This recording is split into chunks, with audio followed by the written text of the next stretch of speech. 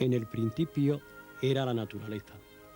En el principio era la luz, la tierra verde dorada por el sol. En el principio eran los bosques y las montañas, el agua, el cielo, la piedra, el árbol y el mar.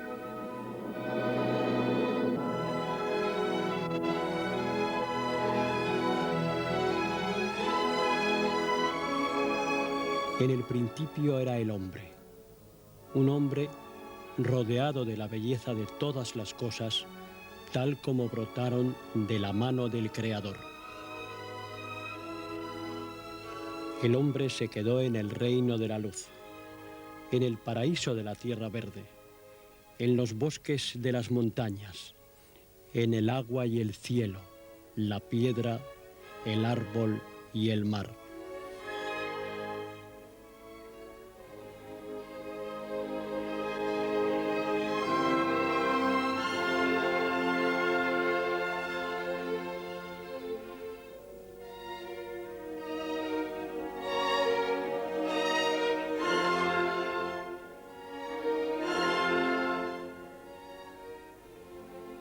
El hombre se hermanó con la belleza y comenzó su caminar por el empedrado de los siglos.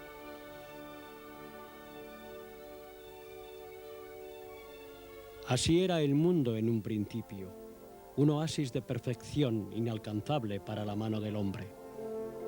Así debió ser también Castillo en el despertar de la humanidad. Pero ¿cómo fueron consolidándose las comunidades humanas? ¿Cómo surgió el pueblo de Castillo en este inmenso espacio natural?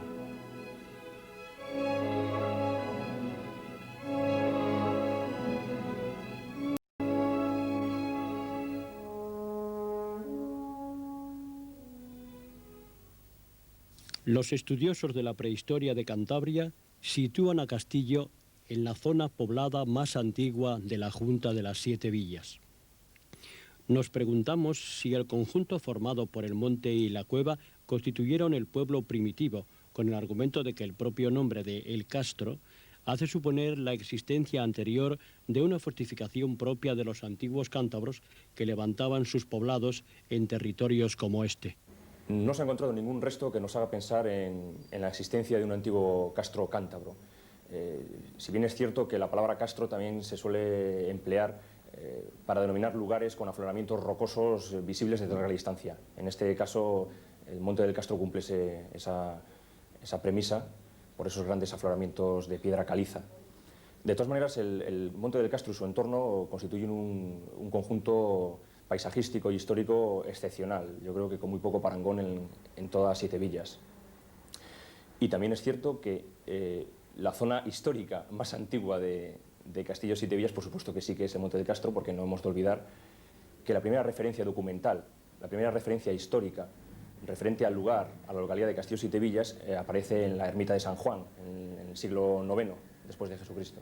Después de ver las conclusiones de los espeleólogos que examinaron la cueva y las condiciones favorables para que hubiera sido ocupada por el ser humano hace miles de años, el investigador Rafael Palacio cree en la posibilidad de que la gruta fuera habitada. Efectivamente, las excelentes condiciones naturales de la cueva del Castro, con su amplia boca orientada hacia una zona protegida de vientos y lluvias, y su amplia sala, su amplio vestíbulo, facilitaban la ocupación humana. En concreto, en la cueva del Castro han aparecido restos de utensilios en piedra correspondientes al Paleolítico superior, aproximadamente de hace unos 20-25.000 años. Del mismo modo, también en sus paredes se encuentra convencionado parte de un conchero, restos de conchas, que corresponden a los restos de alimentación de los antiguos pobladores de la zona, que al ser arrojados contra las paredes se han concrecionado en las mismas. En fechas más recientes, la cueva ocultó a fugitivos y brindó su techo de estalactita a desheredados de la fortuna.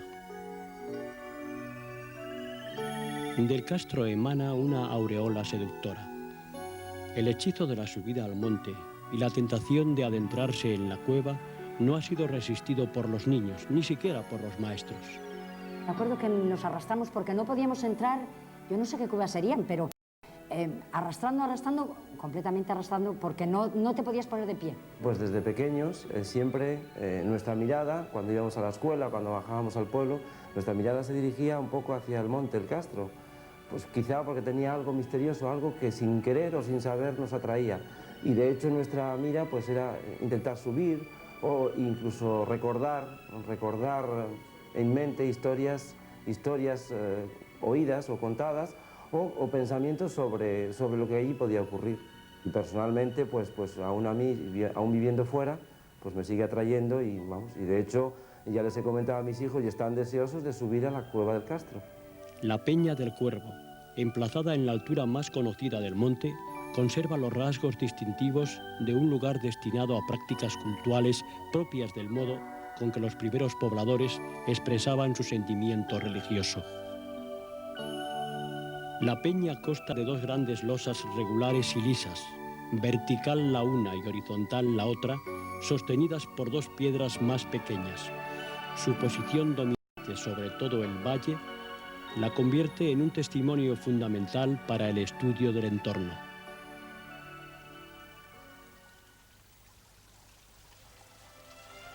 En el siglo XVII, Castillo contaba con 4 molinos harineros, según el catastro del Marqués de la Ensenada.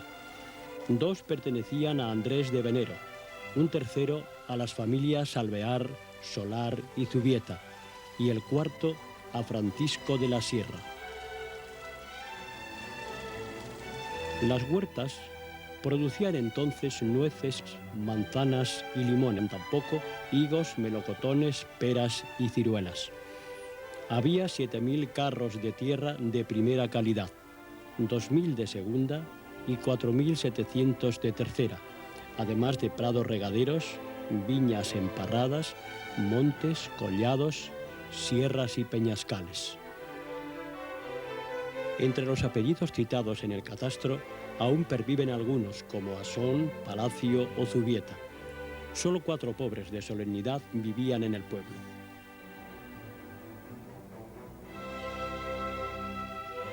El diccionario Madoz de 1846 señala los límites de entonces: Noja al norte, Escalante al sur, Agoños al este y Meruelo al oeste. En este último punto cardinal debiera incluirse lógicamente la localidad de Arnuero. Residían en el lugar 589 almas, repartidas en un centenar de casas, y 46 niños estudiaban las primeras letras en la escuela con 500 reales. En una de las 2 viviendas de Coboso vendían vino, aceite, pan y otros alimentos. Caminos locales y una carretera de acceso a Santander constituían las vías de comunicación, correspondencia de Santoña por peatón, lunes, jueves y sábados. Todo el pueblo tiene historia, todo el pueblo tiene pillos, todo el pueblo tiene historia, también la tiene Castillo. El castillo de los años 90 conserva una singular belleza natural. Oteando el horizonte desde lo alto de las montañas, surge a la vista un verdor intenso que llena todo el paisaje. El pintor Gerardo de Alvear lo describe con acierto y poesía en sus memorias de infancia escritas en los años 50.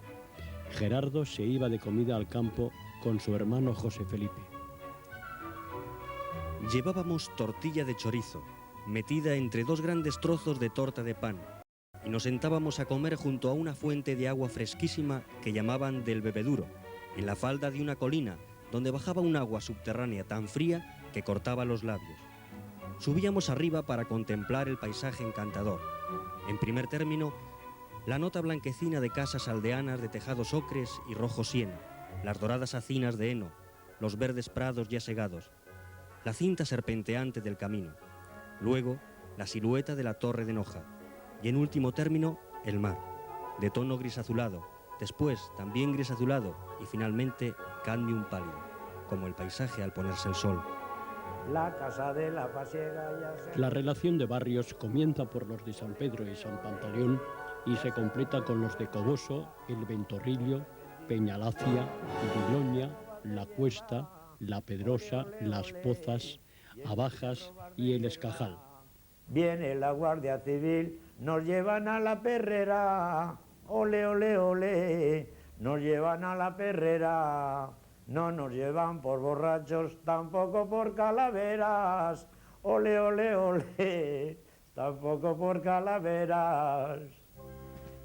La figura del maestro que te ayudó a descifrar el primer catón o te enseñó el abecedario no se olvida, por muchas vivencias que a lo largo de los años hayan quedado grabadas en tu memoria.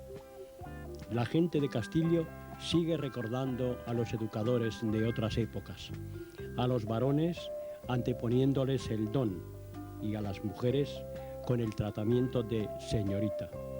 De las maestras recuerdan, entre otras, a la señorita Maripaz, la señorita Carolina, la señorita María Ángeles, la señorita Valentina, la señorita Mari, la señorita Mercedes o la señorita Araceli.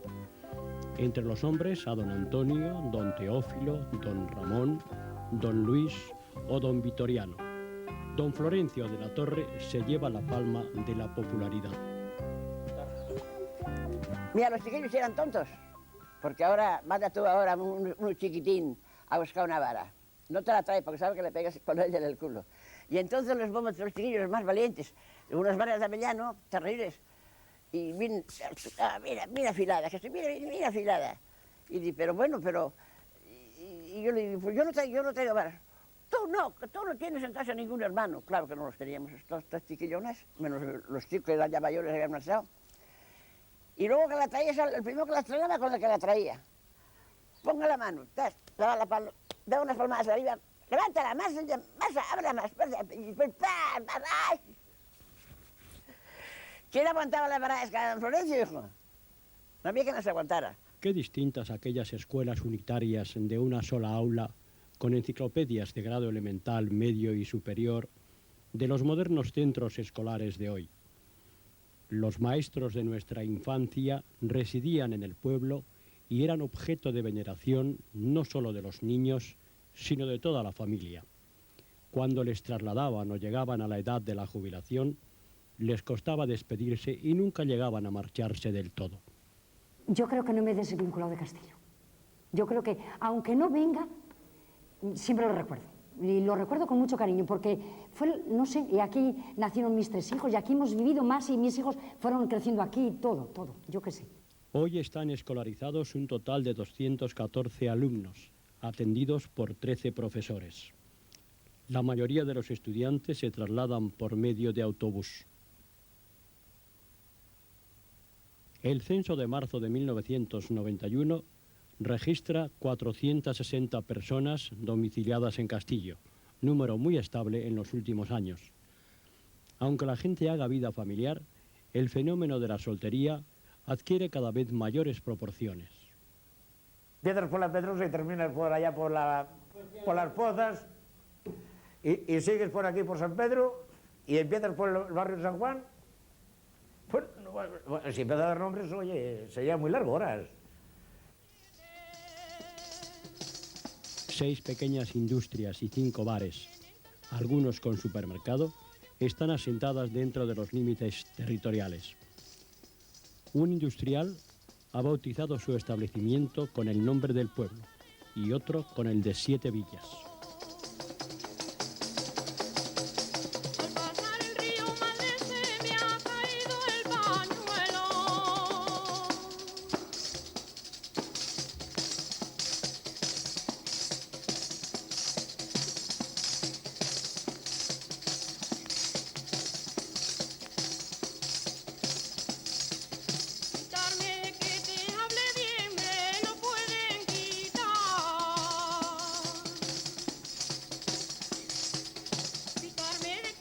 La panadería fundada por Juan Pérez, la única industria de volumen hace 40 años, ha transformado su carácter artesano en maquinaria de moderna tecnología. Juanito el panadero regentó también una fábrica de quesos con un colorido sello comercial. El domingo es el concejo subir a tío Juan de gala. Para ponerse más chulo se quita la parejada. Llaman todos al concejo y no acudió mandingorra. Y un alcalde sin bastón es igual que 7 porras. Y el delegado Cabrero ha anulado el atestado, pero al enterarse Selmo la cachaba levantado.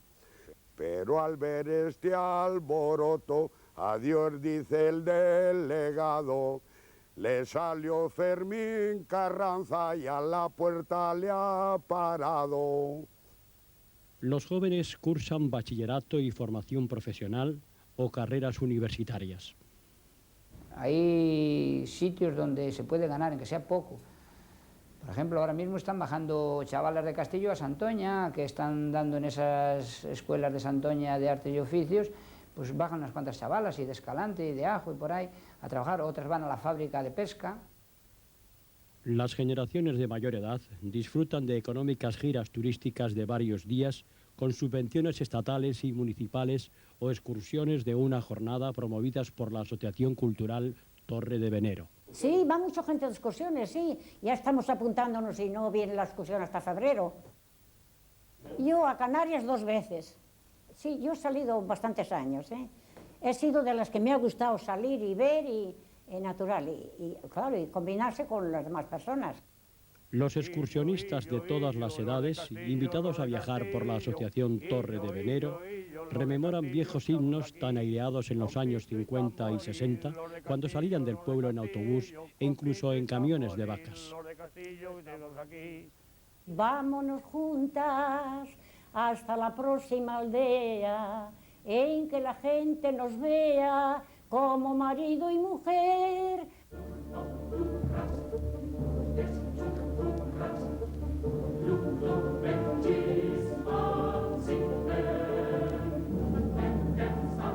Un secular edificio de solo 4 paredes es el monumento arquitectónico más característico de Castillo. La Torre de Venero, emplazada en el barrio de Viloña y levantada en el siglo XIII, aunque pudiera datar de fechas inmemoriales, vincula el presente con el pasado y le añade identidad propia. Aún se recuerdan los versos que, según la voz popular, estaban escritos en una piedra de la torre. Es la Torre de Venero, levantada en un peñasco, más antigua que Velasco, y al rey no le debe nada. Construida para vivienda por Pedro Sánchez, lleva un arco de medio punto en la puerta principal y ventanas ojivales. De la torre o de la casa anexa, habitada también por la familia Venero, salieron personalidades que han pasado al ámbito de la historia. Quizás el nombre del pueblo proceda de la torre. Conviene saber que los habitantes del Torreón cambiaron su apellido inicial, Castillo, por el de Venero. Después de que en 1987 se desplomara la fachada principal, la Torre de Venero permanece en estado de ruina. El Consejo de Gobierno de Cantabria ha declarado el edificio bien de interés cultural en categoría de monumento. La torre ha sido adquirida a los herederos de Octavio Ruiz por un santoñés afincado en Bilbao que pretende afrontar su reconstrucción. Creo que esta zona es parte mía, parte de mi familia, parte de todos. Y en un momento dado que pasé por Castillo, ya al cabo de los 25 años, vi este monumento que francamente pues me dio muchísima pena verlo como estaba. Y creo que de esta manera ya está encaminado pues para que se realicen las cosas, se haga una buena restauración, no construcción, restauración, que se trata pues de hacer y dejarla pues tal y como nació aquella torre.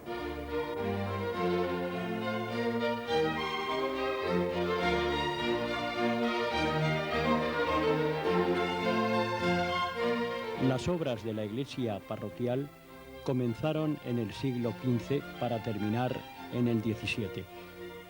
La portada del templo pertenece al gótico barroco.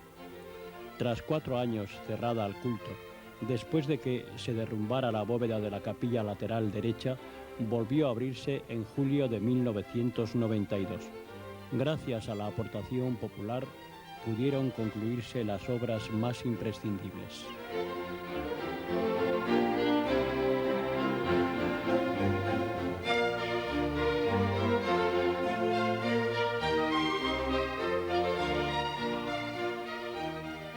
Jóvenes y aspirantes de Acción Católica, terciarias franciscanas e hijas de María colaboraron en las actividades organizadas en la iglesia de San Pedro. La vida parroquial encontraría su momento culminante en las misiones populares. Entre los misioneros, el padre Casimiro de Bilbao, por sus vibrantes sermones y simpatía personal, consiguió atraer a todo el pueblo. El religioso capuchino era admirado como el más extraordinario predicador. Los niños, además de asistir a la catequesis en la iglesia parroquial o en el Centro de Acción Católica, ocupaban los primeros bancos del templo acompañados por sus maestros. Algunos conseguían la prebenda de ayudar a misa, servicio con 50 céntimos a la semana, lo que representaba una buena paga para los pequeños de los años 40. Los monaguillos siguen ayudando a misa y en días señalados revestidos de la clásica sotana roja con esclavina y roquete. En fechas todavía recientes, el periódico Alerta de Santander publicaba la foto de un monaguillo que se carteaba con el obispo de la diócesis.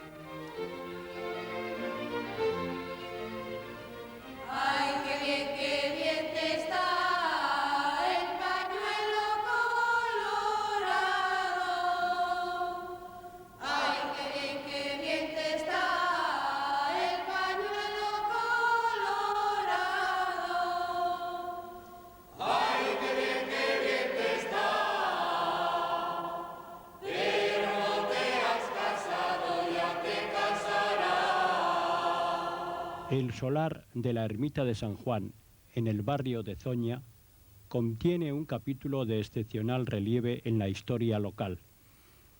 En el siglo IX estuvo asentado en Castillo un monasterio con iglesia prerrománica dependiente de la abadía de Nájera. Es probable que la actual ermita supla a aquel edificio mencionado en los antiguos códices. La familia Alvear instauró el culto a San Pantaleón. Los dueños de la casona proceden del Valle de Aras y desde esa comarca, en la que se encuentra el pueblo de San Pantaleón, trajeron una imagen del santo de Nicomedia. El templo, levantado en el siglo XVII, conserva valiosas tallas y algunos cuadros, entre los que sobresale uno del pintor local Gerardo de Alvear.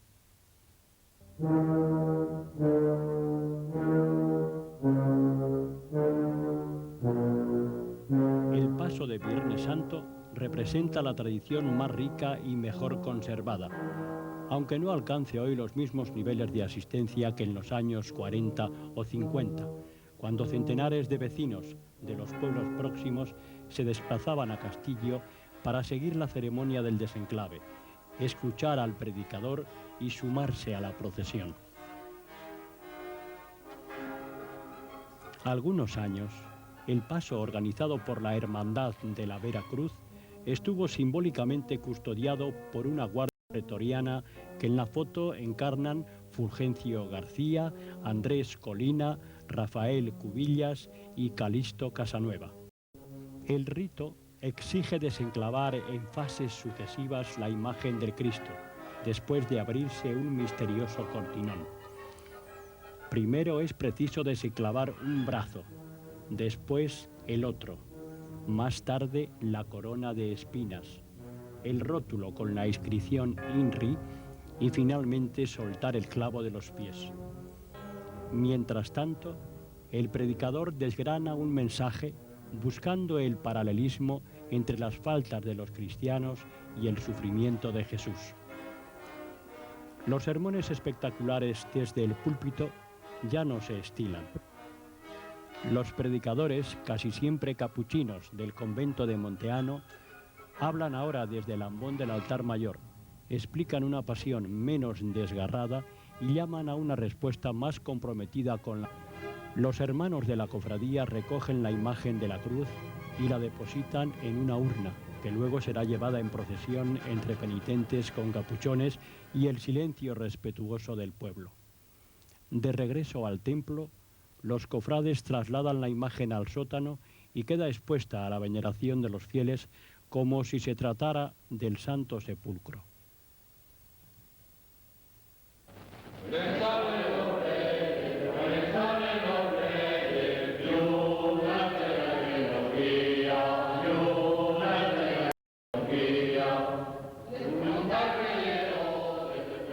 Despertarse a medianoche con los cantos de reyes o lasparse con un emotivo pasado. Los cantos o marzas de reyes captan pronto el sentimiento de los más pequeños, ansiosos de la llegada de los magos de Oriente.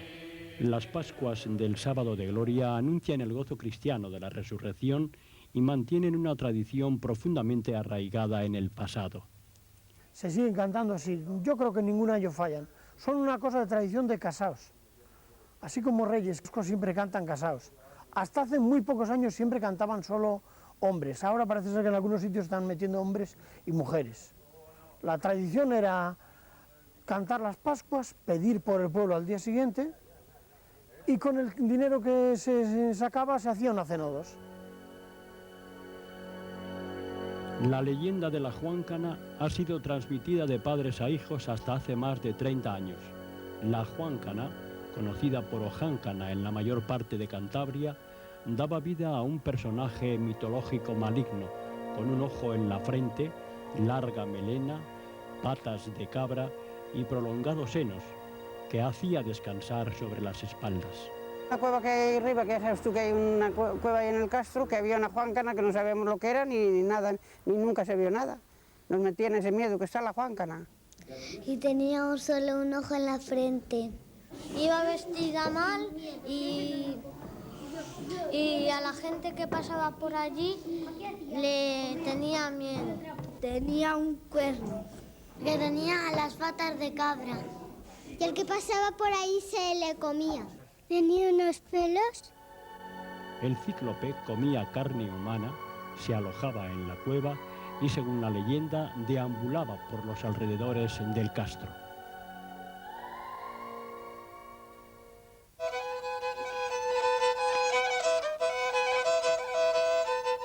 La Feria de Ganado de Castillo se inició hacia 1850. Era la segunda implantada en Cantabria y a ella acudían compradores no solo de la región, sino también del País Vasco. El 28 de cada mes tocaba feria. Constituía algo similar a una media jornada festiva para los hombres. La feria llamó la atención de Gerardo de Alvear, que la inmortalizó en uno de sus lienzos.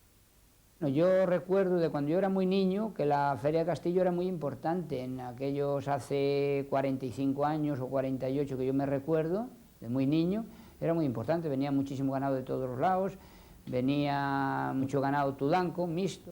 Y había tratos. Yo recuerdo todavía de cuando venían muchísimos camiones, que había un cargadero allí, cuando aquello era como una novedad, ver los camiones recular en un cargadero que había allí a la entrada del ferial y allí descargar y cargar. Y era en aquel momento, en aquello estuvo unos años Castillo que tuvo mucho auge por el asunto de la feria. Daba mucha vida en la miseria de aquella época. En Castillo hubo las mayores ferias que había en la montaña, las mejores ferias. Se cubría aquí todo el campo este entero, hasta entrar a la iglesia. Hay vacas tubancas de todas las razas. Mira aquí, y había que marchar con las vacas cuando se vendían a Belanca, a la estación, o a Gama. A lo mejor te daban 2 duros por llevarla. Y así pasamos otra temporada, hasta que luego ya esto se deshizo. Durante 25 años, la feria proporcionó ingresos al municipio. El mercado de ganado desaparece en 1959. Aunque no de manera generalizada, se han establecido en Castillo granjas ganaderas con medios mucho más prácticos. el tractor y la ordeñadora o las rentables estabulaciones al aire libre están presentes en el ámbito rural. Los útiles de trabajo artesanal ya han pasado al desván de los recuerdos. Dentro de poco serán mostrados en los museos del campo que vayan instalándose por la región. En ellos habrán de constar la azada, el yugo, el arado, el carro de vacas, el dalle y la prada, que serán muy pronto objetos curiosos para nuestros nietos y codiciadas reliquias para turistas venidos de la ciudad.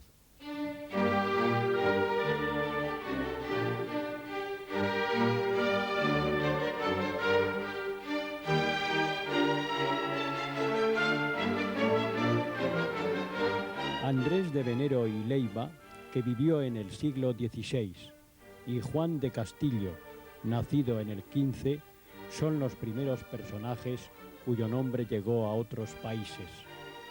Andrés de Venero desempeñó la responsabilidad de capitán general de Nueva Granada, la actual Colombia, cargo similar a un presidente de gobierno. Juan de Castillo, cantero y arquitecto, dirigió en Portugal las obras de la iglesia y claustro del Real Monasterio de Belén, Patrimonio de la Humanidad. En 1835 nacía en el barrio de Coboso Luis Felipe Ortiz, que iba a ser obispo de Coria y Zamora y dejaría tras de sí una estela de inquietud social. Entre los siglos XIX y XX sobresale Emilio de Alvear y Pedraja, diputado a Cortes y director general de carreteras, que transformó el barrio de San Pantaleón en un importante nudo de comunicaciones. También Gerardo de Alvear, el pintor de la bahía santanderina e hijo de Emilio. Gerardo plasmó en sus cuadros el paisaje y la vida del pueblo. La Junta Vecinal le recuerda con una placa en el antiguo centro escolar. En 1887, el mismo año que Gerardo de Alvear, vino al mundo Bruno Alonso, fundador del PSOE de Cantabria. Parlamentario nacional, se le conocía como el diputado sin corbata. En la República fue designado comisario general de la Armada, el mando supremo de la Marina de Guerra. No podíamos olvidar tampoco a Salvador Hedilla, pionero de la aviación cántabra y española. El primer aviador que cruzó el charco entre la península y las Islas Baleares. Algunos le tachaban de temerario. Yo creo que no era un temerario. Indudablemente eran temerarios en aquella época todos los que se dedicaban a la aviación, porque aquello parecía una empresa de locos. Pero los que menos concepto tenían de su temeridad eran ellos, porque ellos estaban tratando de hacer salir adelante la aviación. Rafael Mazón, médico titular de Castillo, es uno de los personajes de los años 40 admirado por su disponibilidad y preparación profesional. La Asociación Cultural evocó su memoria un reciente día de San Isidro. También hemos de incluir en esta relación el nombre de Calixto Casanueva, que junto al párroco Teodomiro Barrio trabajó ilusionado en la formación de la juventud y mantuvo la tradición y el espíritu de la cofradía de la Vera Cruz. Don Teodomiro, desde su humilde atalaya personal, apoyó numerosas iniciativas en favor de los jóvenes. Calixto se entregó también a la promoción del deporte local. Antonio Oya es otra de las figuras más queridas. Aunque reside en Laredo, subvenciona numerosas iniciativas en beneficio del pueblo. La Asociación Cultural le dedicó un homenaje de agradecimiento. Ese día, Antonio plantó un tejo que le fue regalado como símbolo de reconocimiento perenne.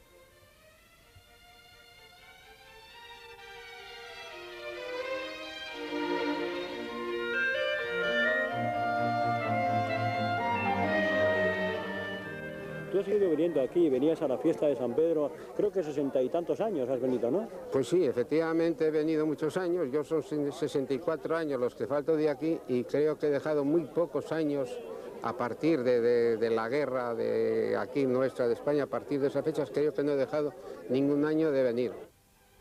El homenaje se convirtió en una emotiva jornada de convivencia.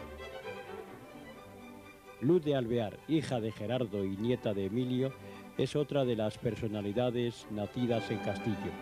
Creadora plástica de especial sensibilidad hacia los temas de interés humano, tiene en su haber la medalla de la Villa de París, el premio Sésamo de pintura y una mención honorífica de la UNICEF. Clemente Núñez es uno de los resucitados de Castillo, un personaje salvado de una muerte segura durante la Guerra Civil, tanto que se le dio por muerto e incluso llegó a oficiársele un funeral. Hoy puede contarlo y seguir viviendo en el pueblo. Pues nos detuvieron, como ya habíamos detenido de atrás, y nos sentenciaron la muerte a 4. Y claro, pues después nos llevaron a un alto, y allí pues nos mandaron sentar un rato. Al poco rato de estar allí, pues empezaron, bueno, pie, nos ponían de pies, amarrados los codos uno con otro, y yo al mandar a hacer fuego, di un tirón, rompí la cuerda y arranqué corriendo por todo el monte abajo. Y hasta que ya sabes, hasta que fui caminando, y cuando ya vi que no me venía nadie detrás, pues yo desde luego iba ya desangrándome completamente. Y en una vagada, pues digo, bueno, aquí ahora tú hasta que muera, y ya no, ¿cuándo voy a ir? Estaba en tiempo enemigo, y allí me estuve hasta que perdí el conocimiento. Y cuando volví a recordar el conocimiento ya estaba en una clínica curado y todo, y no sé ni quién me llevó ni quién no. Otros naturales de Castillo tuvieron proyección más allá de las fronteras locales. Entre ellos el académico de la historia Ramón Solano, el obispo Ranco Venero, el párroco de Liendo, Juan Manuel Camino, y los sacerdotes hermanos Álvaro y Jesús Tubieta Fernández. En la finca de Alvear se guardan retratos al óleo de personalidades cuya vida no ha sido divulgada aún. Entre los más populares dentro de casa debemos citar a José Barbas, un emigrante gallego que acabó siendo el mendigo del pueblo.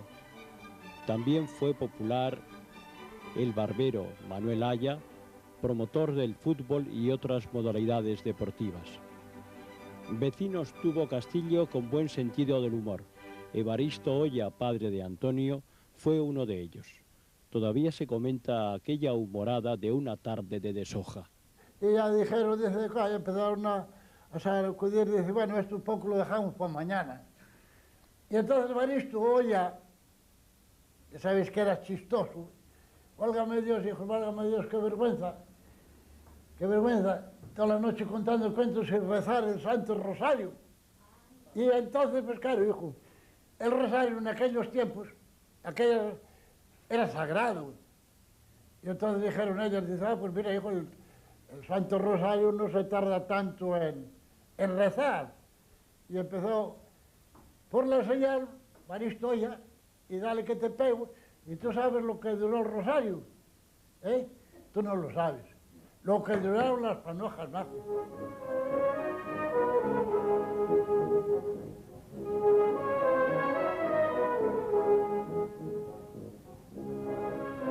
Los barrios de San Pedro y San Pantaleón han venido siendo los principales escenarios de las fiestas. Por San Pedro es tradicional sacar al santo en procesión alrededor de la iglesia. Antes del comienzo de la ceremonia religiosa, el santo es portado en andas y acompañado por piteros o por la orquesta contratada para la tarde. La misa mayor, cantada ahora por el nuevo coro y antes por corales un tanto improvisadas, constituye el acto más propio de la celebración festiva. El papel del predicador resulta prioritario porque sin él, para mucha gente, carecería de sentido la conmemoración en honor del primer papa de la Iglesia.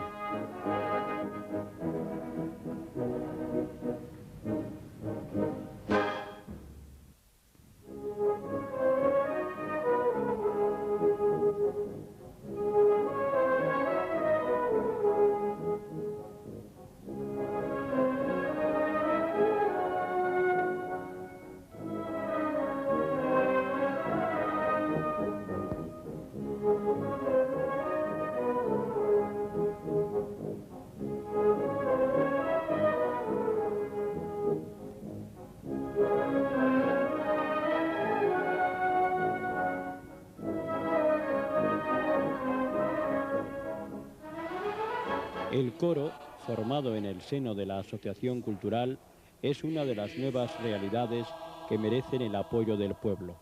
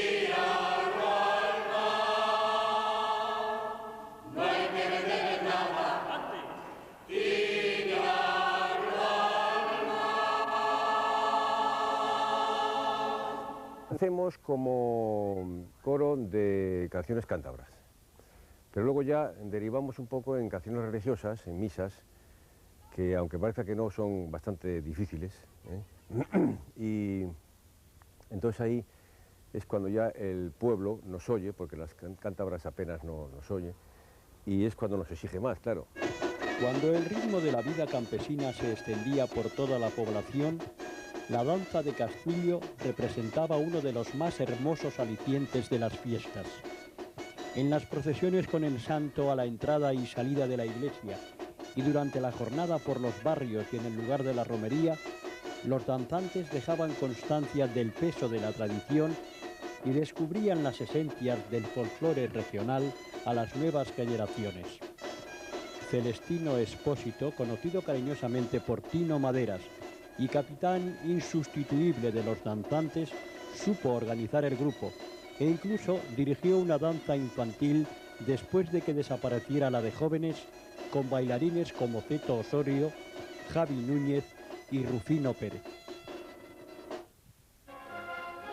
En los años 50 y 60, después de misa, las bandas de música de Colindres o Noja ofrecían un concierto bailable en el campo de fútbol mientras las familias tomaban el aperitivo y los niños compraban gafas de cartón, silbatos o las inofensivas bengalas.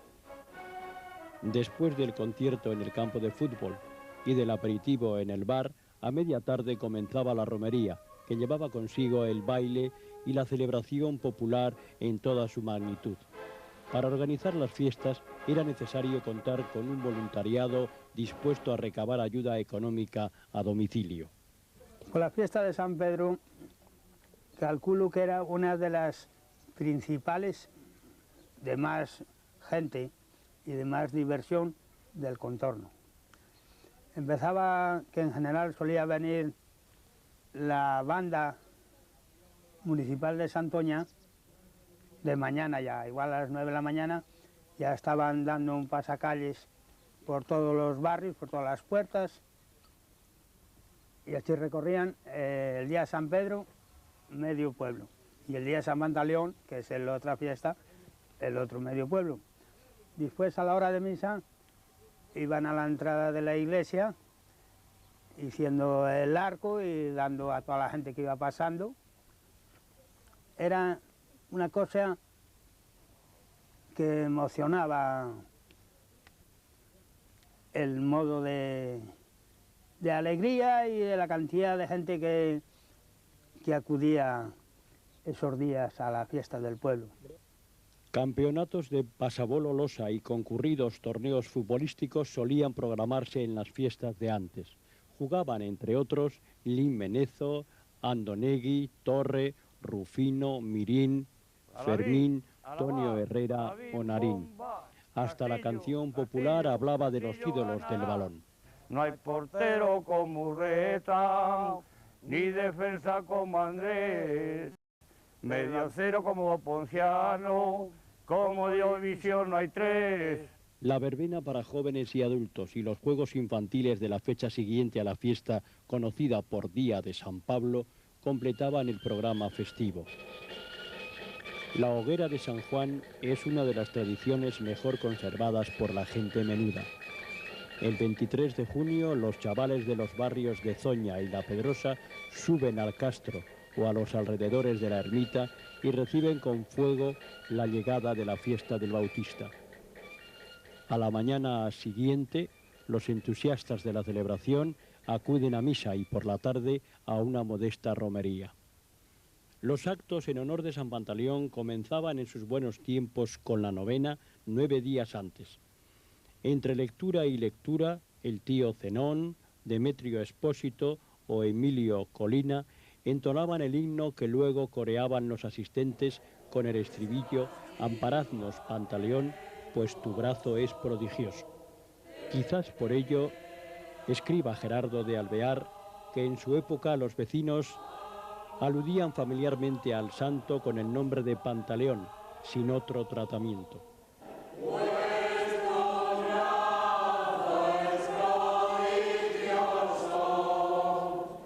El día de la fiesta todavía acuden a misa mayor, además de los vecinos del barrio de San Pantaleón, una buena representación de los de otros barrios.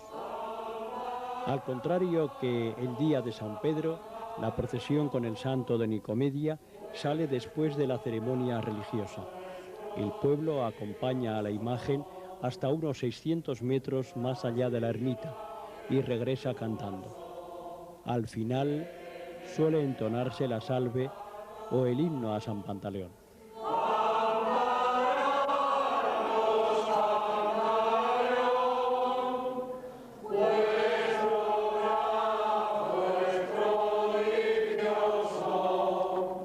Antiguamente las fiestas eran de una forma muy diferente a hoy.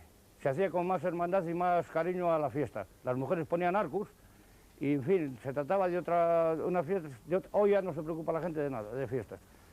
Y luego nosotros hacíamos lo que se llama hoy, que hacen ellos, la chocolatada, nosotros lo hacíamos de otra forma muy diferente. Porque nosotros marchábamos a las 4:30 de la mañana a una cabaña allá abajo, a 2 kilómetros andando, ordeñábamos 2 o 3 vacas y subíamos un poco leche y luego la cuadrilla de la juventud hacíamos el chocolate. Y eso era lo bonito de una fiesta de un barrio. Hoy en día ya es diferente. Y venía gente de fuera a la hoguera, muchísimos, no creas que no. Y había aquella noche, se hacía una verbena, pues que ahora no se hacen, ni mucho menos. Ahora nada, ahora viene ahí, traen orquesta el día de Santana, otra orquesta el día de San Pantaleón, otro día Santiago, otro día al otro día, y venga la orquesta. Pero claro, porque hay dinero, y entonces no había. Y un año trajimos la música al regimiento.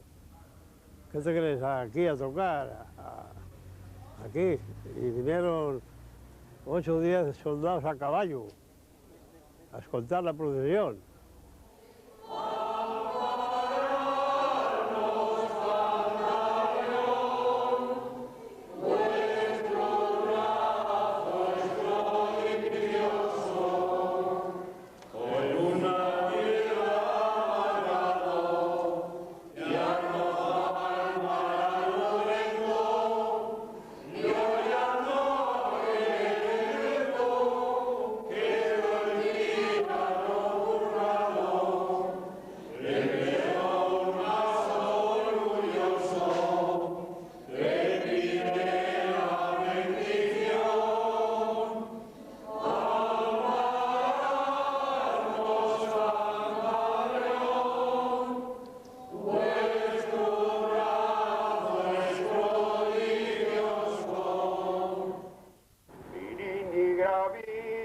Negro, Narini, Vicente el Manso, hay Casi, Patricia, Carlos y Maximiliano.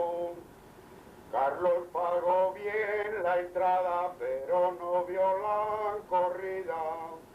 Tampoco el pobre Portilla le han llevado a Valdecilla.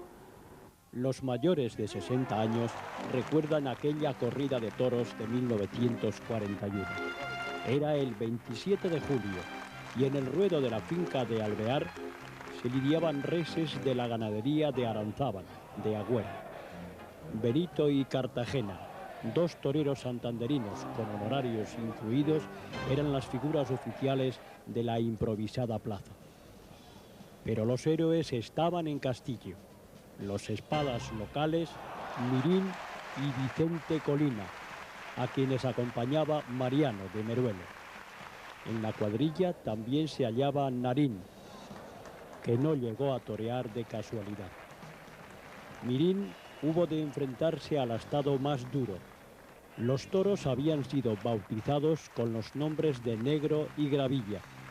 El ruedo parecía un alfiletero, tanto que al día siguiente se hundió el tejado de la cuadra de la finca de Alvear, al que se habían encaramado los más atrevidos.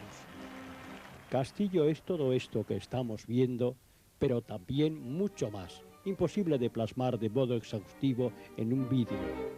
Habría que investigar, por ejemplo, por qué llaman polainas a los nacidos en el pueblo, como recoge Camilo José Cela de una copla popular. Pleitistas Isla y Soano, moquetes los de Arnuero, polainas los de Castillo, señores los de Meruelo.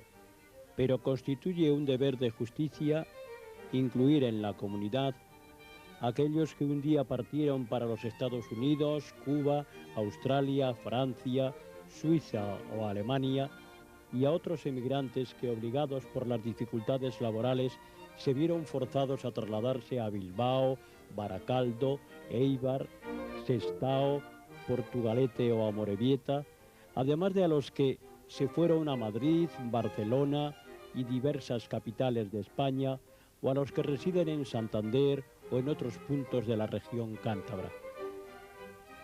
Bueno, pues yo al pueblo le veo con cariño y hasta con cierta nostalgia en fechas pues muy señaladas, como puede ser la fiesta de San Pedro, o puede ser San Pantaleón o las Navidades.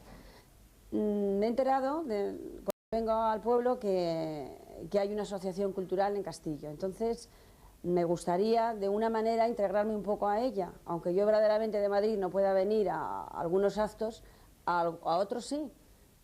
Entre los elementos integrantes de la cultura de Castillo debemos enumerar al castaño 4 veces centenario del barrio de Venero, que anida un original y caprichoso alborto, la rejuvenecida carretera de Beranga a Noja, la historia de la finca de Alvear, la estructura de los edificios todavía fieles al medio ambiente en que están emplazados, el alumbrado nocturno, las cajigas del campo de San Pedro, el nivel de vida alcanzado por sus habitantes en los años del desarrollo y, sobre todo, la nobleza de la gente. Pero el progreso no contradice las viejas añoranzas, sino que cuenta con ellas y las incluye en su ruta hacia el infinito. Castillo necesitaba de un grupo de personas que tuvieran en cuenta este principio humano y fomentasen el amor por todo lo suyo entre los hombres y mujeres que viven en la localidad. Así surgió la Asociación Cultural Torre de Venero. Había que divulgar la historia de Castillo, recordarla y aproximarla al corazón de una comunidad quizás hasta deseosa de entusiasmarse por el presente que le toca vivir. Había que inmortalizar el pasado entre quienes pisan los asfaltados callejos de 1993 y tienen la fortuna de contemplar un cielo limpio y estrellado. La Asociación Cultural se reúne el primer domingo de cada mes para emprender iniciativas que redunden en beneficio de la colectividad. Su junta directiva es consciente del valor de un pueblo con historia y camina ilusionada tras las huellas del futuro.